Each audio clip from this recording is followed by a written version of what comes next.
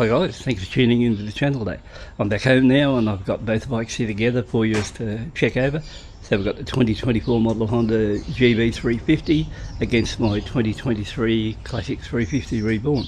So that's something for you to look at. There's both bikes. We'll just go a little bit of a zoom around, you can have a look. So I'll just pan left to right on the GB, swing over to the Classic.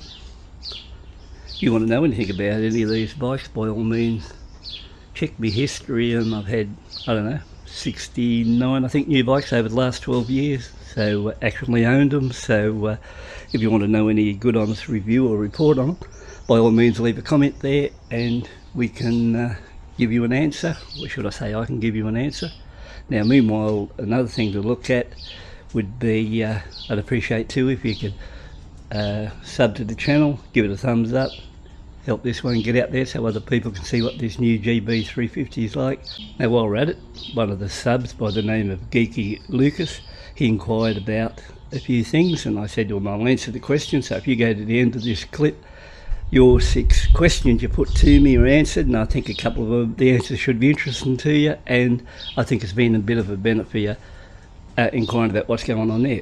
So let's get back onto this review now on this particular bike. So if you look at both these bikes here, like the swing over this way, they look very similar to each other. So you know, I suppose I better give a disclosure. Over the years I've had quite a few Royal Enfields, maybe 20, so I'm going to try not to be more biased towards an Enfield compared to a Honda. So you know, just sort of bring that out in open first in case somebody says, you know, like I'm more for Enfield, but I don't really care. I own both bikes, so you know, one of them must be a winner, so it doesn't matter much. So if you look at these bikes here in Australia, the strange thing about it now, they've both come in at exactly $8,000 each. So they're both identical in price, $7,999. Right away, no more to pay. So there's no difference in that one. They both put out roughly 20 or 21 horsepower, almost 21 with the Honda, and 20 for the Enfield, or shade over 20. And they also both run 19-inch front wheels and 18-inch rear.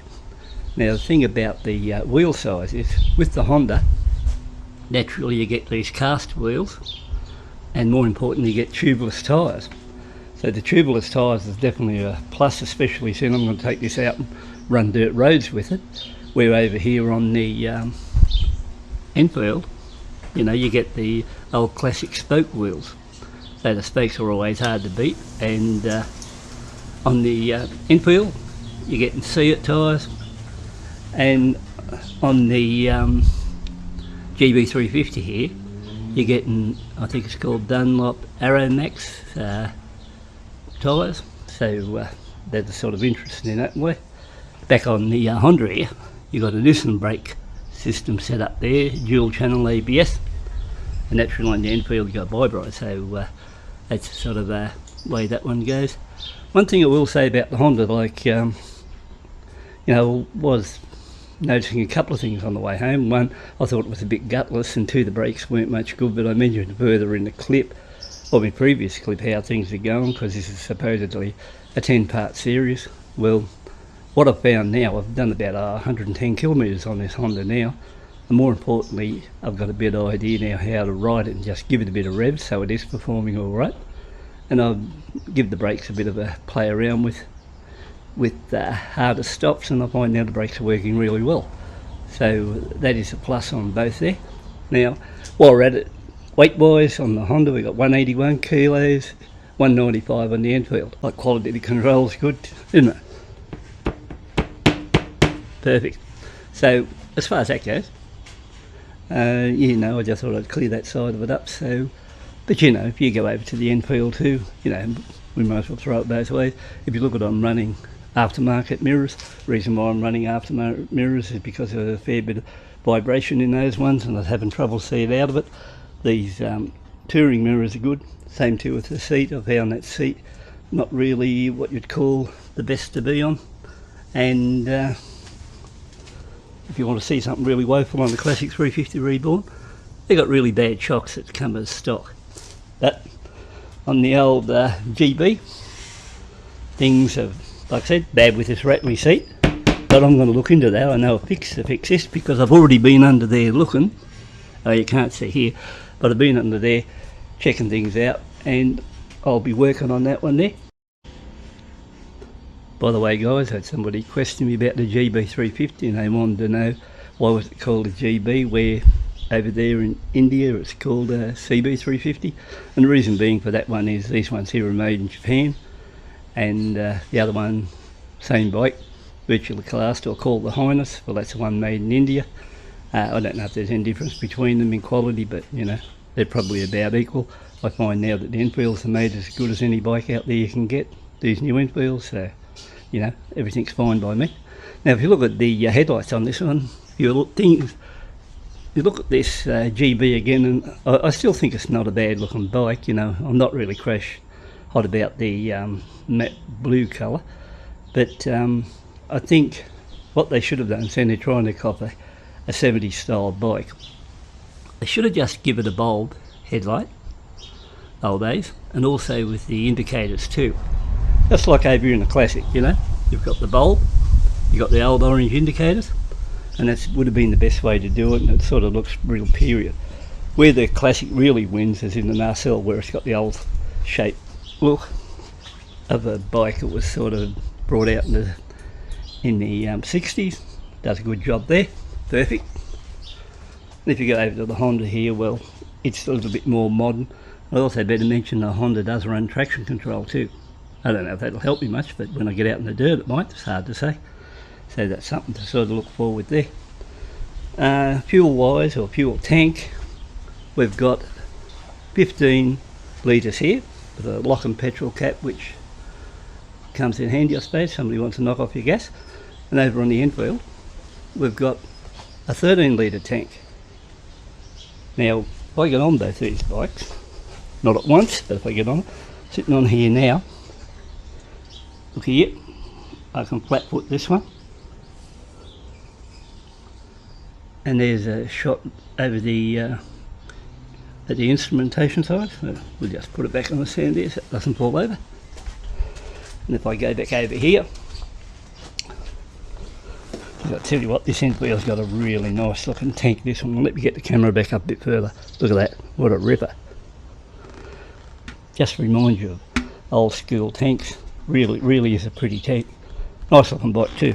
So you know, it's virtually a flat foot on that one too, and this one here's got touring seat, and on the touring seat you sit up a little bit higher than normal, so you can notice the Enfield I think feels slightly heavier just then compared to the Honda. We'll just swing back over again, I'll just do a balance check again. Yeah, the Enfield definitely seems heavier than the Honda. Clutch wise, this has got a slip and assist clutch, so look at that. We could go back to one finger. Not the case with the other. Now, another thing I don't like on this Honda, but I'm going to rectify it, see that heel and toe shifter? I've got to get rid of that. That is a shocking looking one if I've ever seen one. So it's got, I think in India market they give them dual horns these, but if you look at it, there'd probably be people who don't go much on the shiny black or gloss paintwork on the casings there. But I don't know. I probably don't. I would like to prefer to set it like polished, like what's on the Classic 350. What I might do now is just, I think I'll start them up, and you can have a listen to them idle.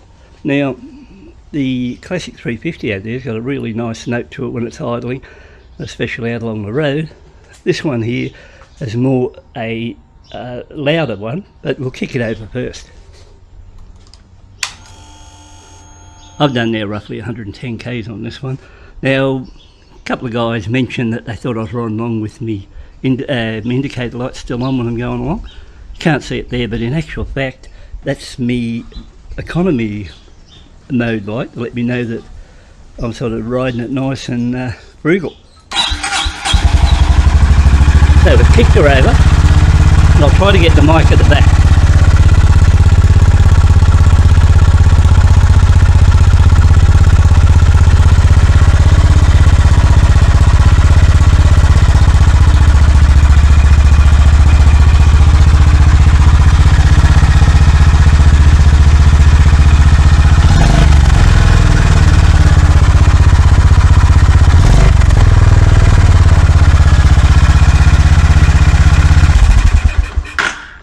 So that's life on the Honda GB350. So we'll go over here to the Enfield, give her a bit of a kick. Haven't been on this one for a while, we'll see how it goes. A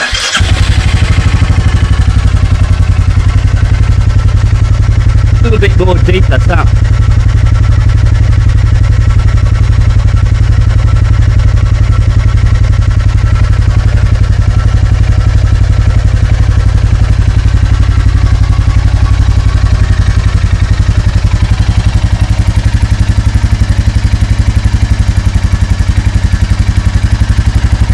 What about the Tiger Eyes? So here's a 23 model Grom. This is a 5-speed model, and I don't know, I think it's done about 800 kilometres, so we'll give you the kick. Over.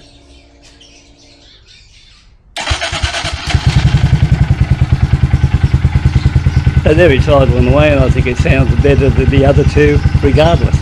So I'll just let a bit of oil run through it, and then we'll give it a slight rev.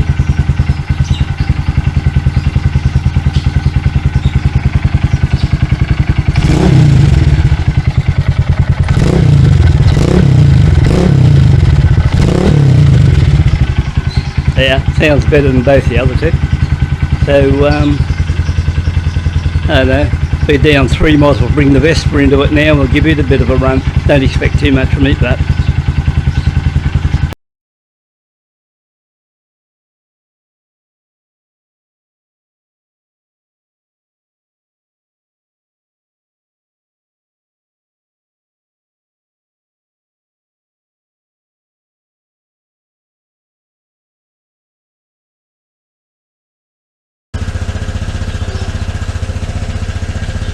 okay guys, this is the 2023 model Vespa GTS Super Sport, so I'd have to actually say this is my favourite ride regardless of the others. You know, these are alright sitting here like this, but I really like riding this one here the best. And you know, once I hated scooters, now I like them. So it's fairly quiet, there's not much noise at all from that one there. So now we've got a sound check on all 4 units, and I don't know, I think the Honda Grom with the sports exhaust comes out tops.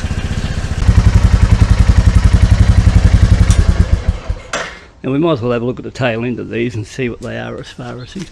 So there's your rear light, or rear tail light I should say. You got that one there. Then you swing over here and this just, you know, it looks like something what was once on the Triumph in the old days. But the thing that spoils it is these ones here. They should have been orange indicators and it would have looked really more period style. So I think apart from that, that would be the best I could tell you about what's going on at the moment. I think we've covered things fairly well, or the basics on it.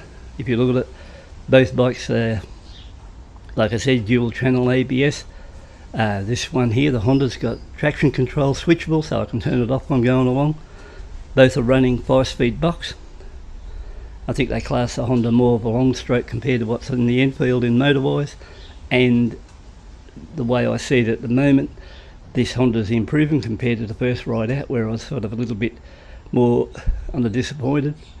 Like it just didn't have any go, but since then I've learned to use a little bit of throttle. As a rule, I don't really go hard on bikes or any cars or anything, and you might find it hard to believe about all those bikes I told you and the huge amount of cars I've had over the years. I've never once hit the rev limiter, believe it or not, never once. So, but this Honda could be the one I try out and hit it for the first time. So, you know, we'll see what happens in that line. Like I said, I'm going to get into it later on and do something with this seat here to stop it from rattling there.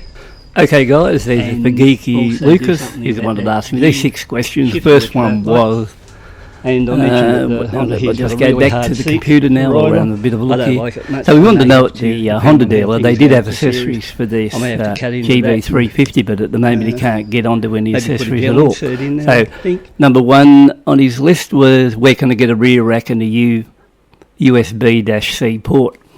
Well, I checked eBay for you, and if you're after a rear rack, they've got a few of them, 3 or 4 vendors at least to sell them on there, and they'll cost you around about 250 Australian dollars, including free postage. So that would get that out. Now, a while back, 18 months back, when I had a Honda Trail, the new 125, naturally they never come with a port so you could, charge anything. So I ended up going on to eBay again and got a USB port, and I ended up wiring it straight in directly to the battery. Now, some of the better USB ports, well, they got a switch on them where they actually turn off and no power goes to it after, well, I could sit in there and random. So I think they're about $20, and if it was me and I do decide to get a USB port, that's the way I'd go, just plug in like that. So that way, $250 for your rack. And, when you hunt around with racks, they all vary in price, and, they're not worth $250, but you got no choice. Pay the $250 if you want one, and, like they may come down a bit cheaper later on, or they may go up, because a couple of, in fact, I've been quoted a lot higher than that with different bikes on it, so, you might be happy. So that's number one out of the way. Now, number two is that starting from cold, it seemed to idle quite high. Well, I found that myself, like the first 2 or 3 times when I took off from the dealer, and when I took off as a cold started out in the backyard, I didn't notice it actually, idling all that high. But what I did notice, when I got to the first corner, when I backed off on the throttle, the bike still wanted to go a little bit ahead, even under brake at a bit of pace. So that must be something, how, I don't know what they're doing, but something to do with idling, how they've got it there working, and it moves the bike along a little bit quicker. So what's on your bike is exactly on mine, so I suppose that's just something that we'll have to put up with. But it only happens from a cold start anyway. I don't know whether or not if you got there and let the bike idle for 3 or 4 minutes before you took off and got up to a bit better temperature, you might be able to avoid that one that way. So that's 2 out of the way. Your third one, you asked about, riding it around, where I can ride the Enfield around town in third gear. Not that I do much around town riding, but you're wondering, like seeing you ride yours in second gear at 20 kilometres an hour below. Yeah, well, I honestly think, regardless of what you're on, I wouldn't actually ride my Enfield at in second gear at 20 kilometres an hour. I'd be back in first and run along it like that. So I think on a Honda, especially this bike, your chances of getting it to run along like that would not be very good at all, and I'd say more chance you got of it stalling and cutting out. So if I was you, I'd go back to first, don't be too concerned about that side of it and just ride it that way. So that's what I do anyway. Now, number 4, you said you watched me check the valves on a couple of Enfields and stuff like that, and you wouldn't mind having a go on this bike. I don't think these have to be done till 6,000 or 10,000 kilometres from what I believe, and my thoughts would be if the bike's running all right and it's pulling all right in the hills and accelerating all right, best idea, don't go near it and don't touch them, and leave that till the time comes and you got no choice, and like me then I'd probably do the same. Now, you also, number 5 was you're wondering about the Dunlop tyres which come with the bike. Well, I too was a little bit concerned about what the tyres were like until I got in there checking the prices, and I think those tyres front and rear set is worth around $400 or $500 to buy them. So I wouldn't class the tyres as crap, and when I've been riding the bike now, I find that the tyres behave all right. I've had the bike out now on dirt road, run along at 60 kilometres an hour, like on a dirt track, and up around 90 on the field, and I got no complaints. So my thoughts at the moment, hold on to those tyres, because I think they are pretty good tyres, and don't worry about too much, about anything else. And if you look at an Enfield, they got Seat tyres on it, and I think they wouldn't cost anywhere near as much as the Dunlops on this Honda you got. Now, fuel economy, you said you get around 2.3 litres per 100 kilometres, which, either way you look at, that's pretty good. So I don't know what's going on with mine at the moment. I've done around, at that stage when I filled it up, I think 100-something kilometres, and I'll get a better idea what mine's going near the end of the run. But, because I filled the tank when I got home, and I'm doing a tank, like, mileage test at the moment, see how far I can get to this tank. So when I go out and do these longer runs, I'll know how far I can go. But at this stage, I would say, I'd be pretty happy with what you get in there, and don't be too concerned about the fuel economy on that one, because it sounds pretty good to me. And all I noticed when I looked on my display the other day, it was showing 43 kilometres to the litre, and that's working on, I think it was 120 kilometres that had done at that stage. But the one where it says how much it's doing per litres per 100 kilometres, I don't think that one's working on mine yet. It's still showing blank, or it was still showing blank, but I'll know more on that one. So anyone else with any questions, you can always put them to me. So I hope that answers your 6 questions, helps you out in that line. And you know now you can go straight to eBay if you want to. Hit buy now, and you know you're well on the way to getting your rear rack, and just fit it yourself and it'll be no trouble. So anyway, thanks for your questions anyway. Cheers.